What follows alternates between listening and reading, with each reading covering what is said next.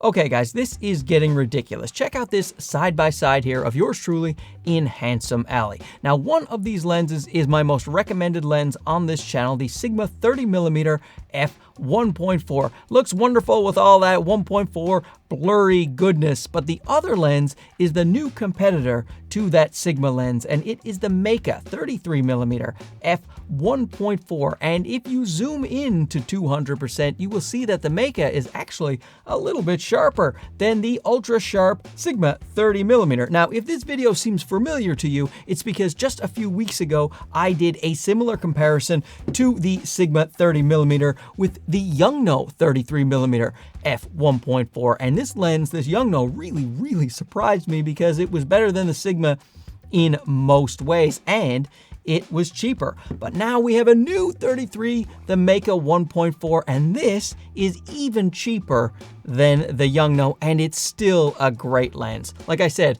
ridiculous. Let's talk about it.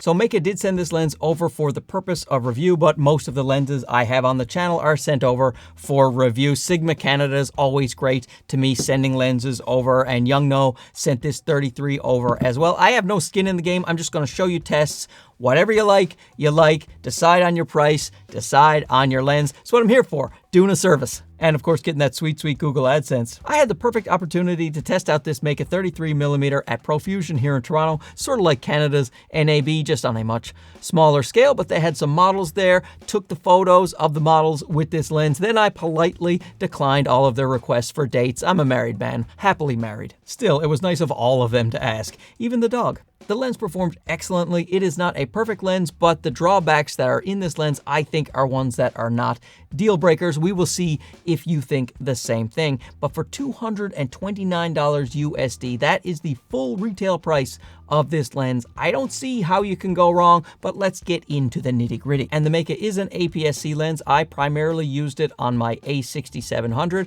and a 33mm will give you roughly a 49mm field of view, which is pretty emulative of the human eye. Is that a word? Emulative? Let's go with that. So it kind of, things look true to life. Great for street photography, travel photography, family photos, and also you can definitely do portrait work with this focal length. So let's talk about the build quality first. It doesn't feel like an extremely premium lens. It has a plastic build, and you do feel that plastic with a plastic turning focus ring. The focus ring does turn pretty nicely though. I do love that it has an aperture ring, and the aperture ring actually is metal, so that does feel nice. And it's a clicky aperture ring, which I certainly prefer. Now, I really would have liked to see a switch for clicking and declicking for those who don't want those clicks when they're using video, changing their aperture. I know it's not an expensive lens, but if you're going to give me an aperture ring, I would prefer to have a declick or click switch. Now, it does have an autofocus to manual focus switch, and that is welcome. The lens has a pretty cheap feeling petal lens hood. Even though it's a lower price lens, I still would like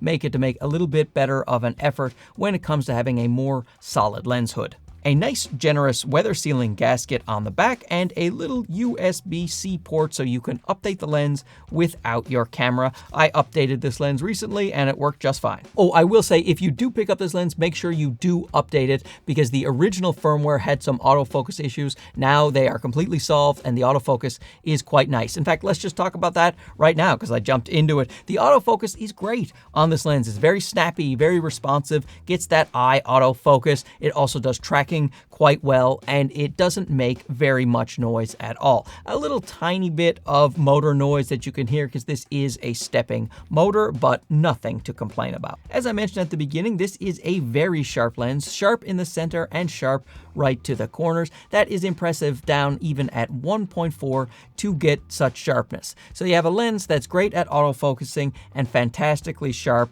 and it's $229, looking good so far. So let's keep that positive news coming and talk about another strength of this lens, and that is focus breathing. There isn't much focus breathing at all on this 33mm lens, and that is impressive. It is much better at focus breathing control than this Sigma 30mm. Now, the Yongnuo 33mm, that does a pretty good job as well at controlling focus breathing. So good job on these 33s. When it comes to bokeh and bokeh balls, I really like the autofocus backgrounds that come off of this Meike lens. I also like the ones from the Yongnuo and the Sigma, all three lenses, they do a good job of making it look nice and soft back there without much busyness. Even if there is busyness happening, it still looks pretty smooth. Now, when it comes to the bokeh balls, all three lenses suffer from the exact same problem, and that is a halo around the fairy lights there. You can see a little rim around all of the bokeh balls when it comes to the 33 from Meike, the Yongnuo,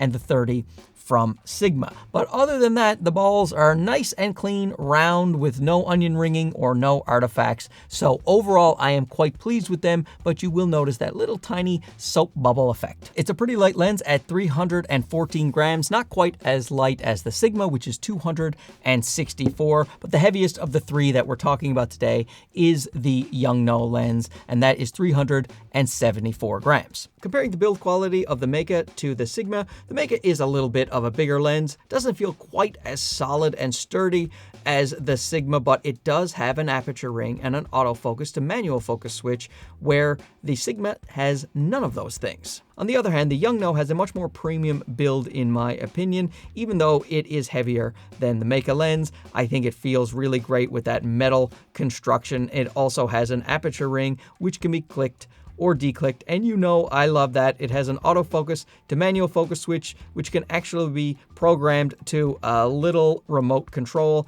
to pull focus for you or set A and B points. The Yongnuo also features a programmable focus hold button. When it comes to chromatic aberration and longitudinal chromatic aberration, all three lenses we're talking about perform very similarly, in fact. The Bokeh, that is the areas out of focus in the foreground or background where you see color fringing, all three exhibit their Bokeh at f1.4. Well, by the time you stop it down to about f2.8, it is gone from all three lenses, but you are, at this focal length, you're gonna see a little bit of that Bokeh. It has never shown up in any of my photos in real world scenarios. I have not noticed any Bokeh on all three lenses, and certainly not this Meike as I was running around taking my snappy snaps. Regular lateral chromatic aberration, you will see a little bit at 1.4 from all three lenses, easily correctable though in post. So no real complaints with the price of these lenses and the performance of the chromatic aberration. With Sunstars, you can definitely get some nice Sunstars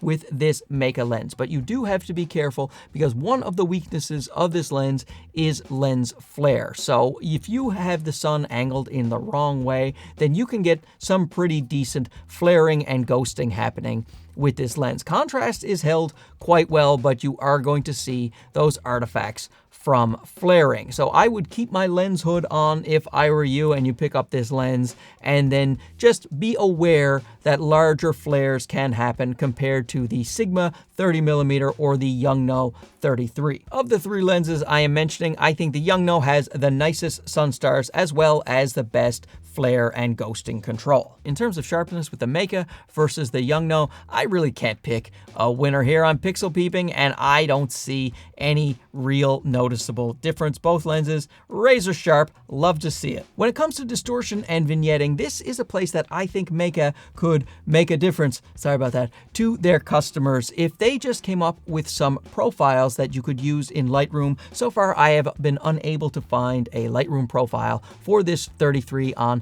Meike's website.